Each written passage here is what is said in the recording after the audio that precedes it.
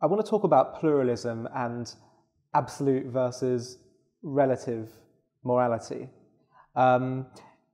We've seen throughout the last century that you have, and I would say in this century as well, and I suspect throughout all of human history, to be honest, whenever you have absolute ideologies that believe they have the absolute truth, you see a lot of destruction.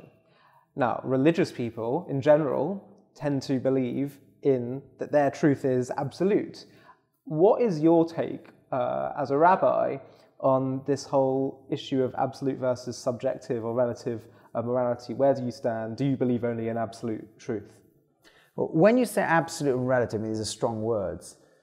Do you mean that relative is where we say, look, my values may be better or worse than yours, I don't really know, they're all subjective anyway? Or do we mean an absolute means I can actually judge your values? If that's what it means, and that is often the accusation leveled at religion, then actually you're right. People who claim their values are better than others have caused enormous destruction. So have people who've been relativists. Such as? So, well, many pagan societies, if they conquered another society, simply absorbed their gods and vice versa. There was no real claim that we've got the absolute truth. But they were just conquering for the sake of land, power, wealth. In fact, the vast majority of wars in human history have been fought over that, is a now quite well-established fact, and not over religion. I think the Encyclopedia of War, when they finally did the study of all wars known in human history, less than 7% of all wars were fought in the name of religion. Add other ideologies and absolute claims, you'll get a bit more.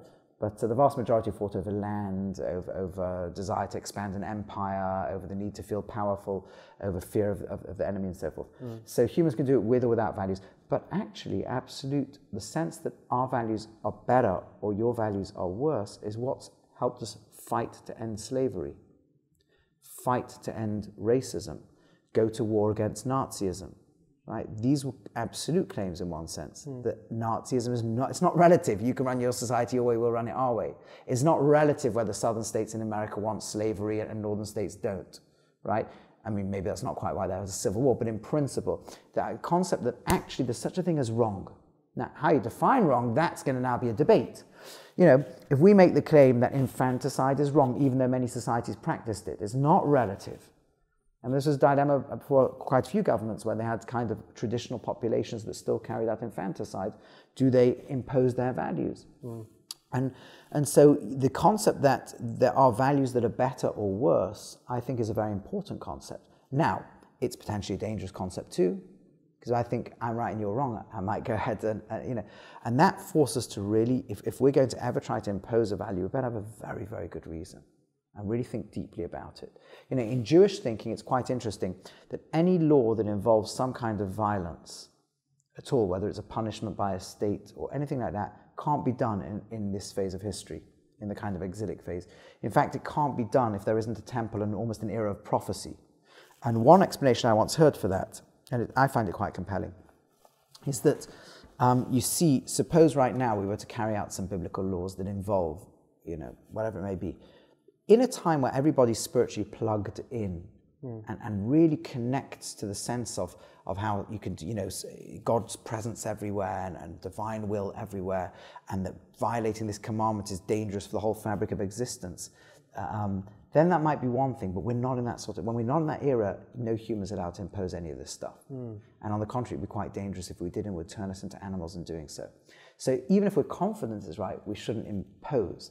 At the same time, we can argue for and try to teach. On the other hand, when it comes to physical harm of individuals to individuals, where that is very tangible, that may be something where we should impose. But so, yes, I think the short answer is the world needs people to say, I think this is not equal. Take the environmental debate, right? People need to turn around and say, no, these are not equal sides. One is right and one is wrong, right? People, and that will sometimes mean government legislation or not, depends which side you take, and that will have effects on other people's livelihoods and so forth. And yes, there will be times when it's right to even go to war over certain things, or to use other forms to try to impose what we think is right over what we think is really wrong in the world. Would you say personally for you, though, you only have concepts of absolute truth? No, of course, we all have concepts of absolute and relative. We all can't speak for everyone, but of course there are things that are subjective in the world, and whether food tastes nice is generally subjective. I'm talking about morality, though. But that will phase into certain edges of the moral issues. And then there'll be things that are deeper and more fundamental. Can you give an example of each? Well, an example of each is, I think, the statement that slavery is wrong, infanticide is wrong, depriving children of an education, the banning concentrating education only tiny elites is wrong. Those sorts of things I think are fundamentally wrong, not respecting each human in the image of God. These things are real right or wrong issues. And on the relative side? On the more sort of relative side, it's good for a question, because where will the ethics exactly come in? On the more relative side, it might depend where society is starting from. But if you take a secular society, defining the point of birth or life in conception will be an area that's going to be more difficult to find a secular definition of. But even in halacha, there's areas where there's debate around it. There's areas where it's not clearly black or white, and we even use word these and these can both be the word of the living God. That doesn't mean everything's the word of the living God. It doesn't mean everything fits in the sphere of what the Torah would allow to be in the debate. But there's grey area. So even in the case of abortion, we don't treat the fetus exactly the same as we treat a born life. At the same time, we do treat it as a lot more than just a limb of the mother. And exactly where the line is drawn is actually subject to some degree to halachic debate. And there's many examples like that. So that's not quite the same as being completely relative, a matter of taste. It's difficult to know on a pure moral issue if you'd ever say something is a matter of pure taste. Maybe I've gone, because at the end of the day, part of the language we use about morality is to say right and wrong. That's almost what defines a moral argument or moral decision or moral value, is the sense that something is right or wrong. It's not wrong to say you prefer chocolate over vanilla. Right, so they're never purely subjective, but there might be areas for sort of greyness in those sorts of things, or areas for perspective to impact. Right. And that's certainly true if you're going to start with a secular governance, a secular structure of thought.